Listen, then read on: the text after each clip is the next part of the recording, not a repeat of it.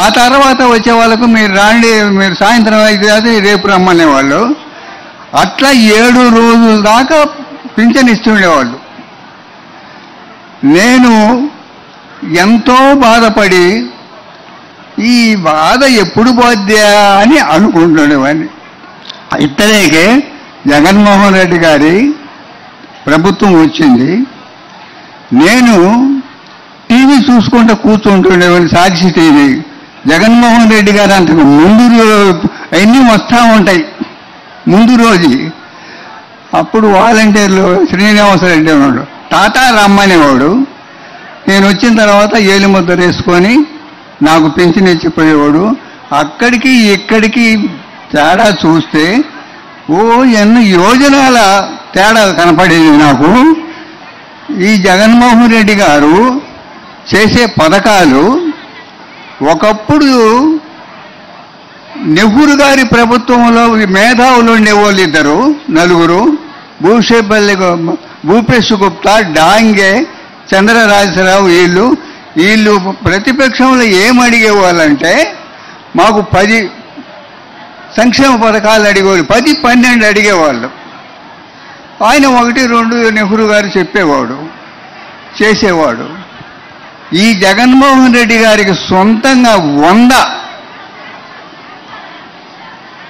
100 సంక్షేమ పథకాలలో 98 చేశాడు. ఎవరు చెప్పారు? వాళ్ళు 4 కలిసి చేసేవాళ్ళు. ఇది అడుగుదాము, ఇది అడుగుదామని. అప్పుడు జగన్మోహన్ రెడ్డి గారు సొంతంగా ఆ బంగారపు మెదడులో నుంచి వచ్చిన మేధావి, బంగారపు మెదరే, ఆ మెదడు నుంచి వచ్చిన ఆలోచన అమలు జరిగిందంటే అట్టడుగు నుండే వాళ్ళు ఇప్పుడు ఈ 4-5 సంవత్సరాల్లోనే మేము బాగా బ్రతుకుతున్నాము అని చెప్తున్నారు. నాకు కూడా సంతోషంగా ఉంది. నాకు పింఛన్ వస్తుంది, మా అమ్మాయికి ఇల్లు వచ్చింది, మా ఆడవాళ్లకు 18,500 వచ్చింది. ఇటువంటి మేధావి గారు మాకు ఇప్పుడు ముఖ్యమంత్రిగా ఉండడం మా అదృష్టం. కానీ రావణాసురుడు, హిరణ్యకశిపుడు 2 కలిసి మా తాతలను చంపేశారు. వీళ్ళిద్దరికీ ఈ ప్రజాకోర్టు రేపు మే 13న శిక్ష వేసి మే 4న శిక్ష అమలు జరుగుద్ది. ఖచ్చితంగా అమలు జరగాల్సిందే.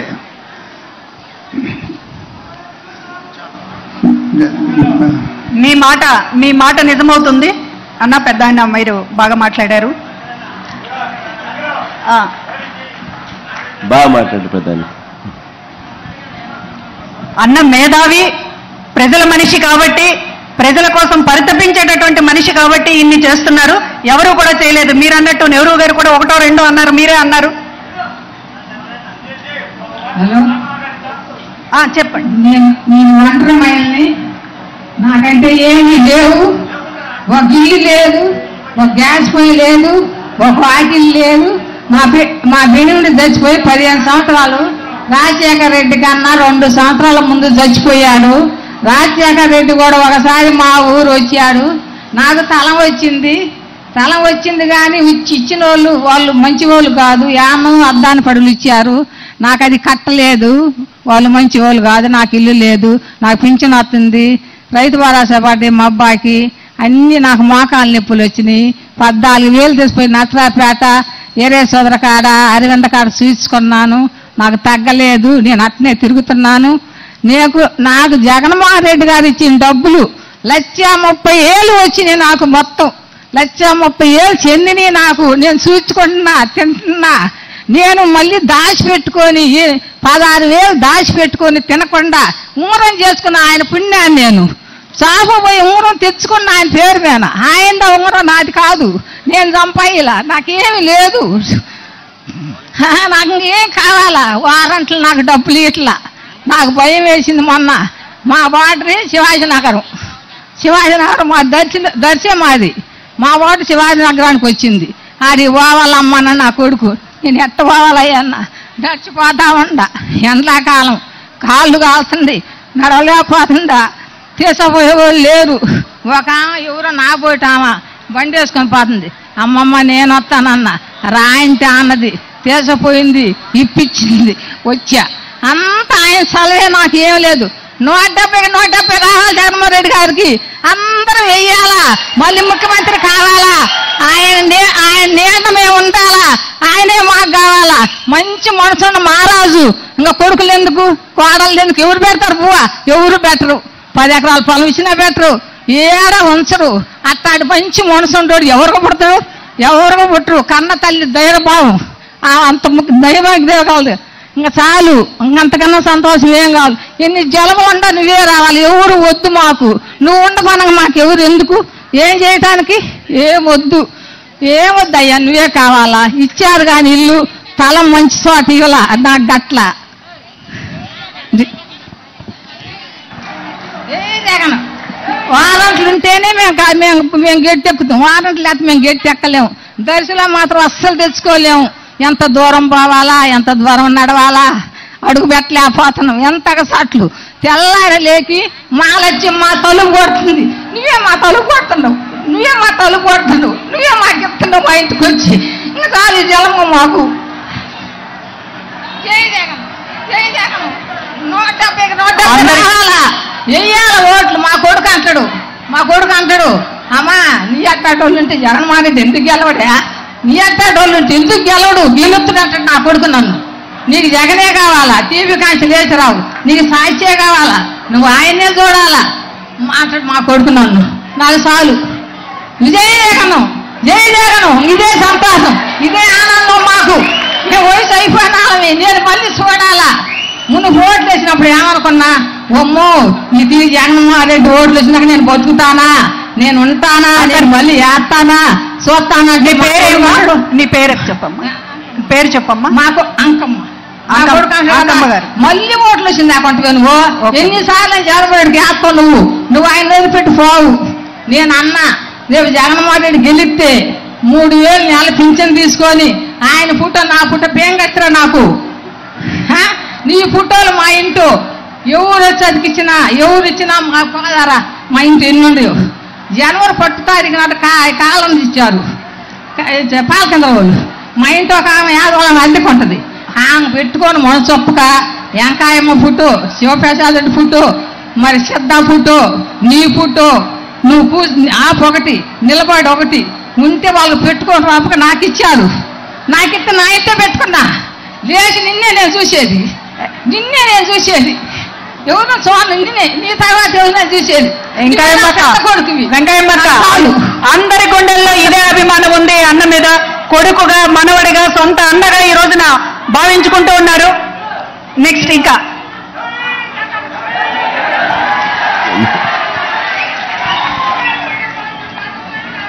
ఇంకెవరైనా మాట్లాడతారా? ఇక్కడ వికలాంగుడు తమ్ముడు ఉన్నాడు.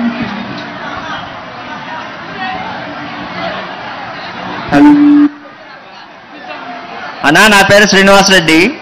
అన్నా జగనన్న ఎక్కడన్నా కనిపిస్తున్నాడా? అన్నా నా పేరు శ్రీనివాసరెడ్డి అన్న, బసిరెడ్డిపల్లి గ్రామం.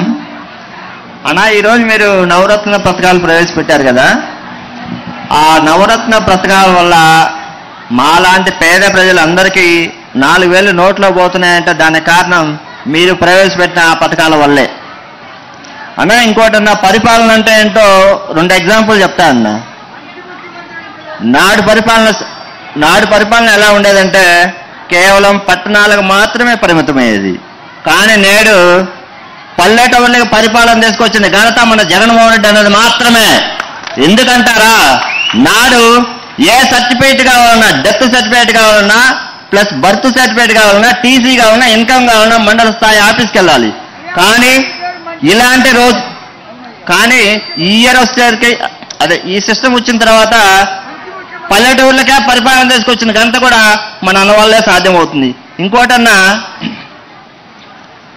మీకు ఒక చిన్న సలహా చెప్తున్నా అన్న.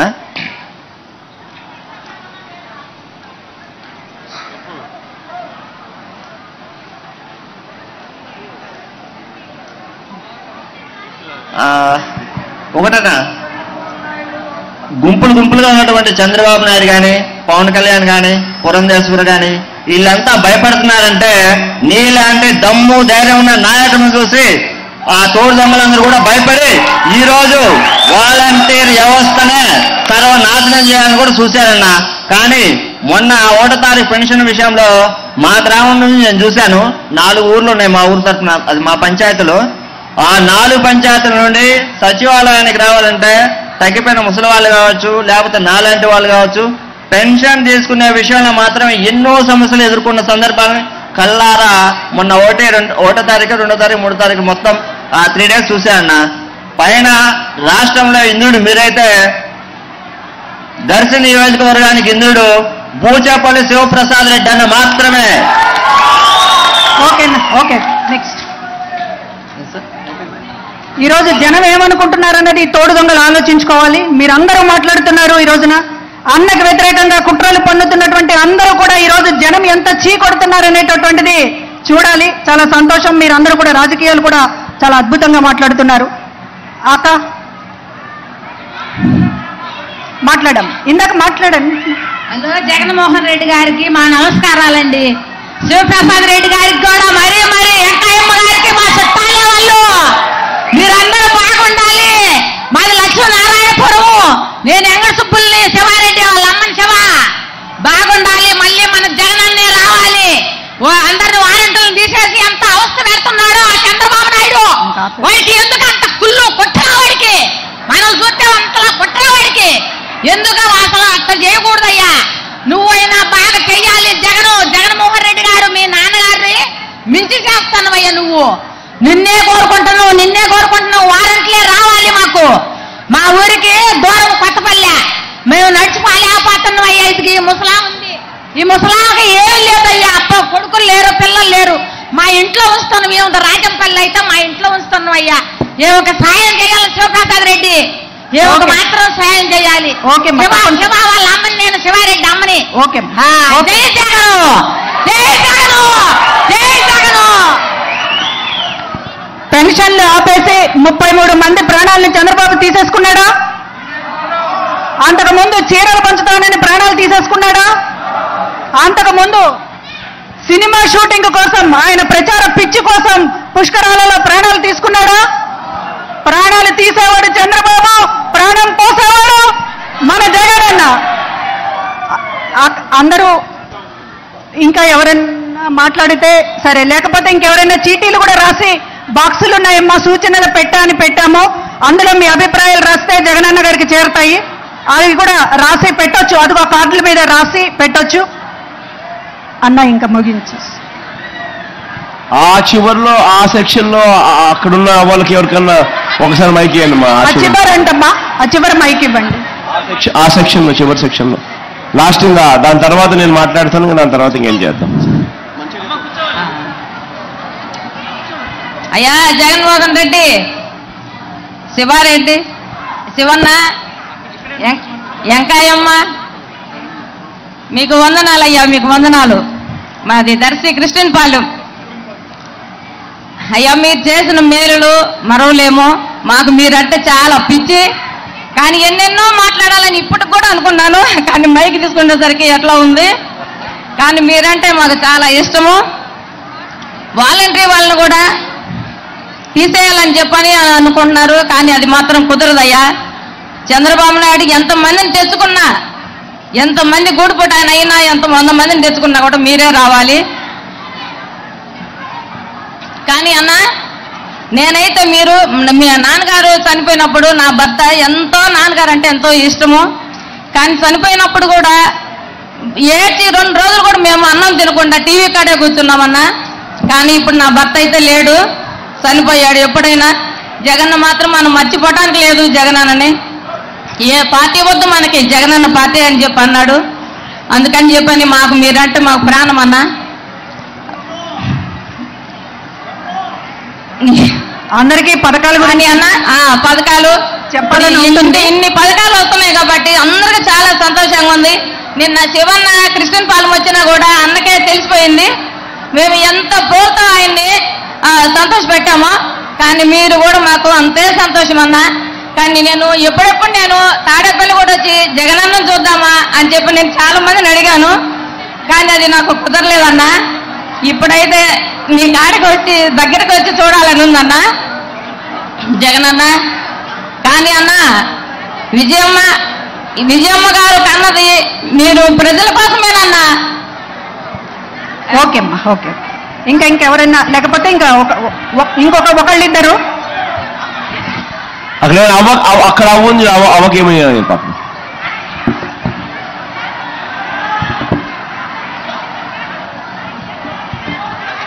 అవ్వకివ్వమన్నారమ్మా అన్న. అక్కడక్కడ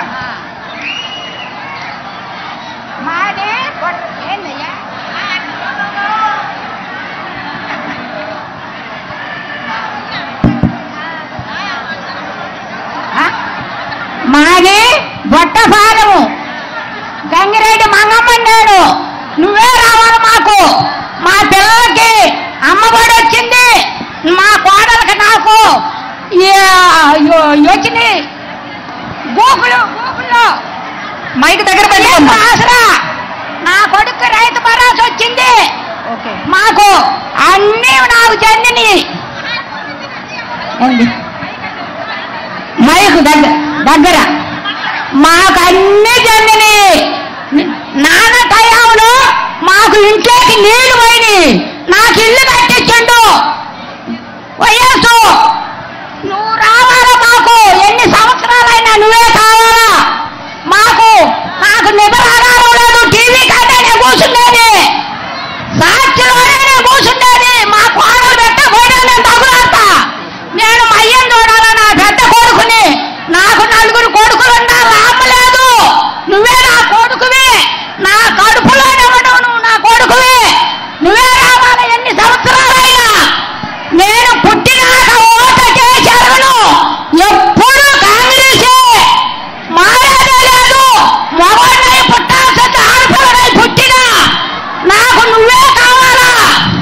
నా ముసలాడు ఉన్నన్నాళ్ళు మంచం లేని తెచ్చిచ్చి నువ్వు పెంచినా.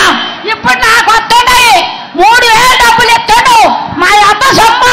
మా కోడలు నేను బ్యాంకు కాడికి పోతే 23,000 వచ్చినాయి. నువ్వు సొమ్ము మేము తింటుండా. నేను తింటుండా. నా కొడుకులు తిక్కలోళ్ళు, మంచోళ్ళు కాదయ్యా. నిన్ను నమ్ముకొని ఉన్నా నేను.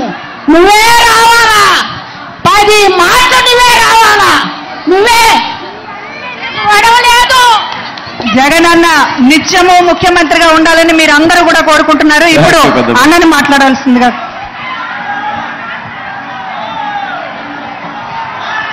ఈరోజు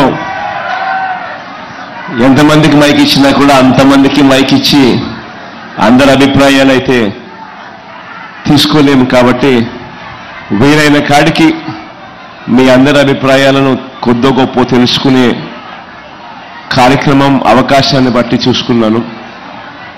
ప్రతి ఒక్కరికి కూడా వాలంటీర్ వ్యవస్థ అన్నది ఎంత బాగా పనిచేస్తా ఉంది.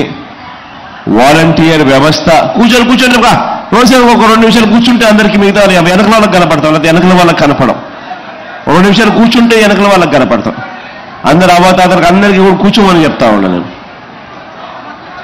అందరూ కూడా వాలంటీర్ల వ్యవస్థను ఎంతగా కోరుకుంటా ఉన్నారో, ఎంతగా కావాలనుకుంటా ఉన్నారో తెలుసుకున్నందుకు, చూస్తా ఉన్నందుకు చాలా సంతోషంగా ఉంది. ఇదే తేడా ఒక్కసారి గమనించి మనం అడుగుతా ఉన్నా. 14 ఏళ్ళు ముఖ్యమంత్రిగా పరిపాలన చేసిన చంద్రబాబు నాయుడు గారికి 3 సార్లు సీఎంగా నేను సీఎంగా చేశానని చెప్పుకునే ఈ చంద్రబాబు నాయుడు గారికి కనీసం ఏ రోజు కనీసం ఆలోచన కూడా రాలేదు. ఈ మాదిరిగా వాలంటీర్ వ్యవస్థ తీసుకొని రావాలి, ఇంటింటికి మంచి జరగాలి, ఇంటింటికి మంచి చేసే పరిస్థితి రావాలి, లంచాలు లేని వివక్ష లేని వ్యవస్థను తీసుకొని రాగలుగుతాము అన్న ఆలోచన ఏ రోజు రాలా. 14 ఏళ్ళు ముఖ్యమంత్రిగా ఉన్నా కూడా ఆయన ఆలోచనలన్నీ కూడా జన్మభూమి కమిటీలు పెట్టడం, ఆ జన్మభూమి కమిటీల ద్వారా ఆజమాయిషీ చేయించడం, ఆ జన్మభూమి కమిటీల ద్వారా ఒకవైపున లంచాలు తీసుకుంటూ మరోవైపున వివక్ష చూపుతూ ఏ పార్టీ వాళ్ళు అని అడుగుతూ వాళ్ళ పార్టీ మీదకి సంబంధించిన వాళ్ళకు మాత్రమే ఇచ్చే కార్యక్రమం చెయ్యాలని తాపత్రయపడుతూ చివరికి అది కూడా సరిగ్గా చెయ్యక చంద్రబాబు నాయుడు అనే వెలిసి అధాపాతాలోనికి ఎలా వెళ్ళిపోయాడో కూడా మనం అంతా కూడా చూస్తూ ఉన్నాం. ఖచ్చితంగా నేను మరొకసారి మీ అందరికీ కూడా మాట చెప్తా ఉన్నాను. మనం మొట్టమొదటి సంతకం మనం చేయబోయేది ప్రమాణ స్వీకారం రోజున వాలంటీర్ వ్యవస్థను పూర్తిగా పునరుద్ధరించే కార్యక్రమానికి మొట్టమొదటి సంతకం చేస్తానని ఈ సందర్భంగా మరొకసారి చెబుతూ మీ అందరి ప్రేమానురాగాలకు ఆప్యాయతలకు మరొకసారి పేరు పేరున హృదయపూర్వకంగా కృతజ్ఞత తెలుపుకుంటూ సెలవు తీసుకుంటా ఉన్నాను. ఎవరైనా ఏదైనా రాయాలనుకుంటే మాత్రం ఆ స్లిప్స్ మీద రాసి ఆ బాక్స్లో ఇస్తే ఆ బాక్స్లో నుంచి ముఖ్యమైన సలహాలన్నీ కూడా నా దాకా కూడా వస్తాయి. ఎవరైనా ఏదైనా రాయాలనుకుంటే అది రాయిచ్చు. మీ అందరికీ కూడా రేపు పొద్దున ఉగాది కాబట్టి అందరికీ కూడా ఉగాది శుభాకాంక్షలు అందరికీ కూడా.